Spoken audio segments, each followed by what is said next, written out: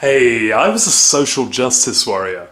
Yeah, me. I attended a feminist society and protested things like rape culture and venues where men can pay a premium to covertly watch women in the toilets. I argued loads online against people who were just trying to live a normal life and ensure that minorities live a normal minority life. I worked on a production of the Vagina Monologues, behind the scenes of course. I cut my own fringe and sat in front of a green wall saying things about intersectionality and privilege, just in case the internet was listening. I kept objecting to misogyny, homophobia, transphobia and racism, none of which are about me. I might even have signalled huge lists of my virtues at the start of videos to make unvirtuous people feel like they ought to pitch in a bit more because it's not difficult to give a shit. I'm not sure of the psychology behind these acts, but I guess being white and male, I didn't have many obstacles in my life, so I chose to take an interest in making things better for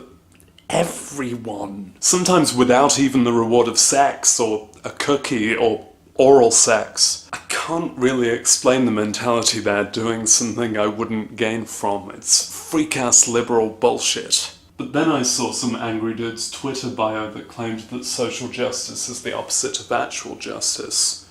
Which is true if you think about it and don't know words. I think a lot of what we disagree on is semantic at heart, and there are two factions regarding the definition of social justice. If you cite a dictionary, you'll find that it is justice in terms of the distribution of wealth, opportunities and privileges within a society. That's one definition of social justice. There's another equally valid point of view that honestly has a lot of overlap with the prior one. It goes, justice in terms of the distribution of wealth, opportunities and privileges within a society, because that's literally what the term means and has meant for hundreds of years, but I hate minorities. It's important to see where each point of view is coming from and see the honest empathy or hatred at their core. Now, the term social justice warrior has flip-flopped awkwardly between being a badge of honor for those on or above the baseline of human decency and an insult for those on or above the baseline of human decency. It started as a bit of a positive third-person thing for those who mean well and do something about it, but it was so aggrandizing and often hollow that it soon became a sarcastic compliment, i.e. an insult, for those who ostensibly mean well but seem dishonest and exploitative. Then 4chan turd bros heard about it, and as you can always trust them to, thoroughly misunderstood and overused the phrase. The misunderstanding being that meaning well and actually doing stuff was the problematic part. And when you've taken in enough second-hand Ayn Rand and not nearly enough of other people's experiences, that can seem to make sense. This ignorance ironically rises from an arguable kind of poverty, specifically a complete drought of empathy.